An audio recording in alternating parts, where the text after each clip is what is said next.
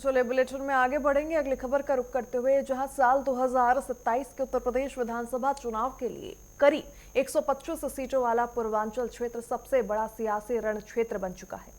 बता दें कि इसी को ध्यान में रखते हुए योगी सरकार ने अपने अनुपूरक बजट में पूर्वांचल के बुनियादी ढांचे और कनेक्टिविटी पर खासा फोकस किया। जानकारी दे दें कि वित्तीय वर्ष 2026-27 के लिए पेश 59,019 करोड़ रुपए के अनुपूरक बजट में पूर्वांचल को साधने के लिए कई बड़े प्रावधान किए गए।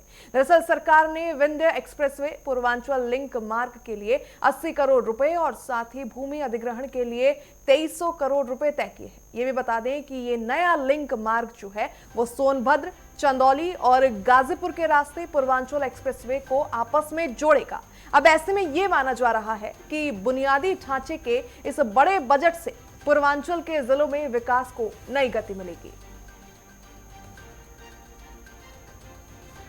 तो आपको बता दें 2022 का पूर्वांचल रिपोर्ट कार्ड कैसा रहा, ग्राफिक्स के जरिए समझाने की कोशिश करेंगे। दरअसल मऊ की एक सीट भाजपा के नाम हुई थी। दरअसल समीकरण यहां पर अलग अलग है। ऐसे में गाजीपुर की 6 सीटें हैं, सपा और सुबासपा ने इन्हें जीता था। सोनभद्र की बात करें तो चारों सीटें जो है भाजपा के कब्जे में आई थी। मिर्जापुर की 5 सीटें भाजपा अपने नाम कर गई थी। 125 सीटें हैं पूर्वांचल में। जौनपुर में सपा और सुबासपा को जो है 5-5 सीटें मिली थी। वहीं जौनपुर में भाजपा ने 4 सीटें जीती। चंदौली की बात करें तो चंदौली में भाजपा को 3 सीटें जो है मिली थी, कामयाबी हासिल हुई। चंदौली की 1 सीट जो है सपा और सुबासपा को मिली थी। वहीं भदोई में भाजपा ने 2 सीटें अपने नाम की। भदोई में भाजपा को जो है 2 सीटों पर सफलता हासिल हुई थी।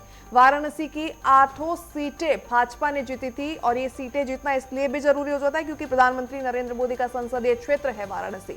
बलिया में भाजपा को 2 सीटें हाथ लगी थी। ऐसे में बलिया में सपा और सुबसपा को 4 सीटें मिली थी। बलिया में बसपा ने भी 1 सीट पर जो है अपना जो है दमखम दिखाया था। मऊ में अगर बात करें तो सपा ने 3 सीटें जीती थी।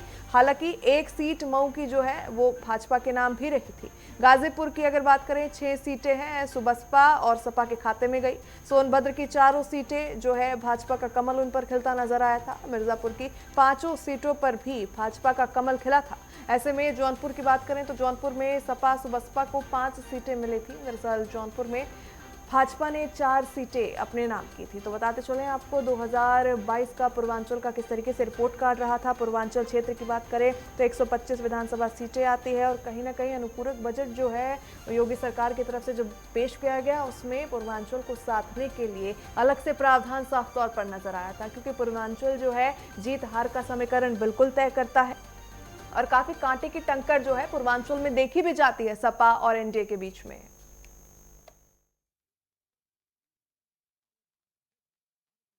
आप देखो, पश्चिम से लेकर पूरब तक, गाजियाबाद से लेकर गोरखपुर तक, सोनभद्र से लेकर सहारनपुर तक जिस तरह से विकास हुआ है वो अपने आप में अद्भुत है।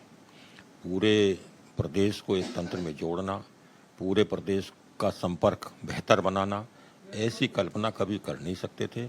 ये कल्पना साकार हुई है माननीय योगी जी के नेतृत्व में, माननीय प्रधानमंत्री नरेंद्र मोदी जी के मार्गदर्शन में। तो ऐसे में जब विकास होगा, जनता को सुशासन मिलेगा, सुरक्षा मिलेगी, सम्मान मिलेगा, तो आने वाला चुनाव हो या कभी का भी चुनाव हो, जनता उसे पसंद करेगी जो जनता के मन की बात करेगा। भारतीय जनता पार्टी के उत्तर प्रदेश की सरकार जो है, जो माननीय योगी आदित्यनाथ जी के नेतृत्व में चल रही है, पूरे उत्तर प्रदेश का कैसे समेकित विकास हो, उसका सर्वांगीण विकास कैसे हो और उत्तर प्रदेश कैसे उत्तम प्रदेश से सर्वोत्तम प्रदेश बने, इसकी चिंता माननीय योगी आदित्यनाथ जी और सरकार कर रही है। कभी इसके पूर्व जब समाजवादी पार्टी की सरकारें होती थी, जो उत्तर प्रदेश राजनीतिक दृष्टि से भी बहुत महत्वपूर्ण है और सिर्फ पूर्वांचल ही नहीं, अगर आप देखिए तो चाहे वो पश्चिमांचल हो, चाहे उत्तर हो, चाहे दक्षिण हो, सभी क्षेत्रों का कैसे विकास हो। समाजवादी पार्टी शासनकाल में अगर आप देखेंगे तो उनको सिर्फ और सिर्फ इटावा दिखता था, सिर्फ और सिर्फ सैफई दिखता था। हाँ, अगर उन्होंने पूर्वांचल में विकास किया था तो माफियाओं का विकास किया था। बुंदेलखंड एक्सप्रेसवे टूटा खड़ा है। गोरखपुर लिंक उद्घाटन होते ही टूट गया। जो कानपुर लखनऊ एक्सप्रेसवे था, बड़े जोर शोर से रक्षा मंत्री से लेके मुख्यमंत्री सब पहुंचे। पहली छोटी सी बारिश में गड्ढे हो गए। 4700 करोड़ का इतना महंगा एक्सप्रेसवे था। योगी सरकार ने सड़क के नाम पे लूट करने का नया धंधा सीख लिया है।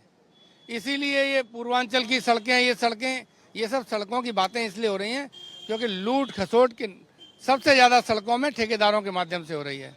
ठेकेदार प्राइवेट जेट खरीद रहे हैं, जहाज खरीद रहे हैं, जिसमें सरकार के मंत्री घूमते हैं। इसीलिए ये पूरा लूट खसोट का बजट था। इसीलिए इस पे